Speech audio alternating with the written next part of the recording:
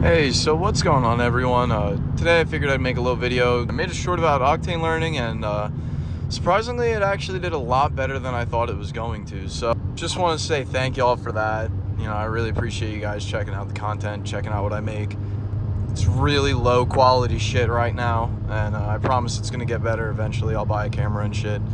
But I really appreciate the support, for what I make right now, and I really appreciate that. So, thank you guys. But anyways, it's not what this video is about. This is about octane learning, because when I posted that short, it was really just showing you guys, how to octane learn the car really quickly, because I just could not find a quick short that did that. But this video will be more or less explaining the day-to-day conditions with it and all that stuff. And hopefully I can answer a couple more questions, or if anyone has any questions, leave them in the comments, and I'll try my best to answer them. But this is a new platform. I know everyone's still trying to figure this stuff out, so yeah, let's get into it. So let's talk about why the Hyundai Elantra N even has octane learning, right? Because it's a really petty, annoying feature for most people.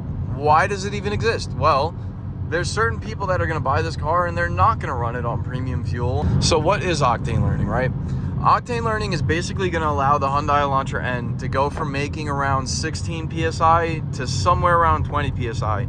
Apparently, you can also hit 290 pound-feet of torque. I didn't know this until I saw the comments on my shorts saying that it didn't. And yeah, apparently you can hit 290 pound-feet of torque as well. So is it worth octane learning? I'm going to say definitely yes. That makes a very noticeable difference when you do and don't octane learn it. I'll do a little, there's no one behind me. As long as this isn't a big old sweeping turn, I'll give you a quick little acceleration just so you can see how big of a difference it will end up making. All right, come to a stop pretty much, no AC. That's foot to the floor.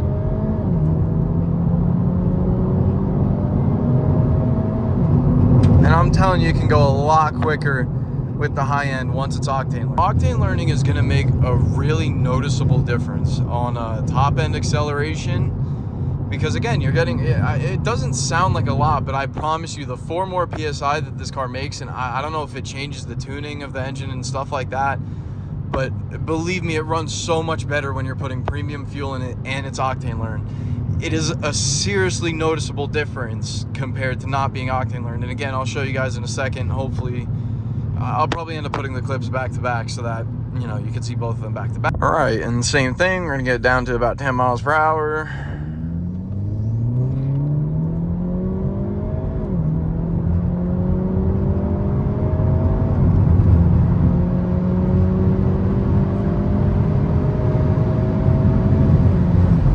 Now, I don't know how much you can hear it, but I promise you I can feel the difference between being octane learned and when I'm not octane learned. It is a significant amount of pull that this car picks up.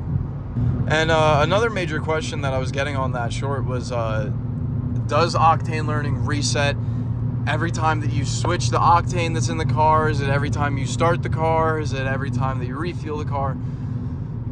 So let me talk about that, right? Every single time that you refill the car, right? And it doesn't matter whether you put 87, 91, whatever.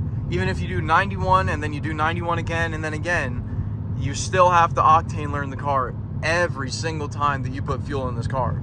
Now, the only way to get around octane learning is to tune it off the car. That means going with either N75, 6 element, lap 3, JB4, going with any of those tunes to tune off the tune octane learning out of the ECU and just make the car constantly run 20 PSI. I'm pretty sure that's considered stage 0 if I'm not wrong. I'm not 100% sure. I'm still pretty sure it voids your warranty. And yeah, again, every time unfortunately you do refuel this car, you are going to have to re-octane learn it. But I'll show you how to do it. It's real quick, it's a real simple process, and it's, unfortunately, it doesn't work every single time, and again, there's another method to it, but we're not going to go over that in this video. Well, the next portion of this video is just going to be reviewing how to do octane learning, and then I'll show you again the difference it makes. But otherwise, you could just check out the short if you want a really quick example. Sometimes it doesn't work, so I'm just gonna go over here, quick few tips to get it to work if it doesn't work for you, some other stuff. But real quickly, we're gonna make a quick run to Starbucks, so see you once we do that. First off, you're gonna want to put premium in the car. That's pretty simple. And these Elantras have a pretty small tank. It's only 12 gallons, so we'll see how much this ends up costing, but shouldn't be too bad. And there we go, just under 10 gallons of premium. There we go. And just in case anyone was wondering, all filled up, we're at about 300 miles on a full tank. Here's a quick little tip. I couldn't get this to work for me unless I didn't have my AC on, so I would highly recommend going ahead and turning off that AC before you attempt this. So here we go. We're gonna sit at anything over 65 miles per hour in 8th gear. If you have the DCT, if you have the manual, it's gonna be 6th gear. And you're gonna sit anywhere above 65, anywhere under 99 miles per hour. It should take about 5 minutes, but again, it does not always work. Again, best case I found, turn that AC off, let it stay in 8th gear in the manual mode. I just flick it to the right, and yeah, hopefully this should work. I'll tune back in with you guys in the 5 minutes, and yeah, hopefully it's Octane learned and I'll be able to use that premium gas we put in it.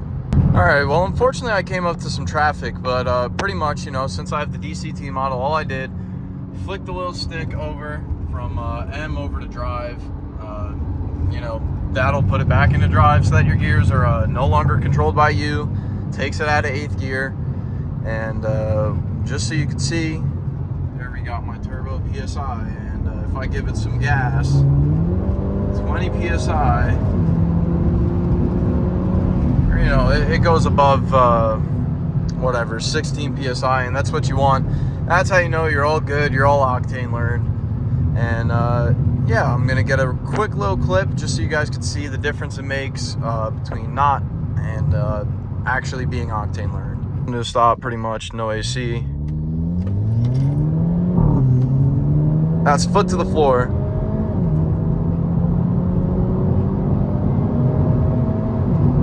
And I'm same thing, we're gonna get it down to about 10 miles per hour.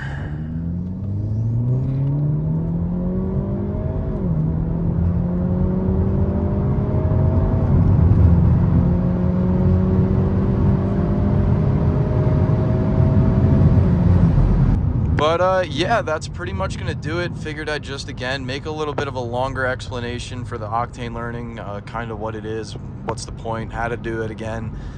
And yeah, again, thank you guys so very much for the support recently. The last couple shorts I've been doing have been hitting like 1,000 views, and that's seriously a lot better than I thought I would honestly ever be doing. So I really do appreciate it.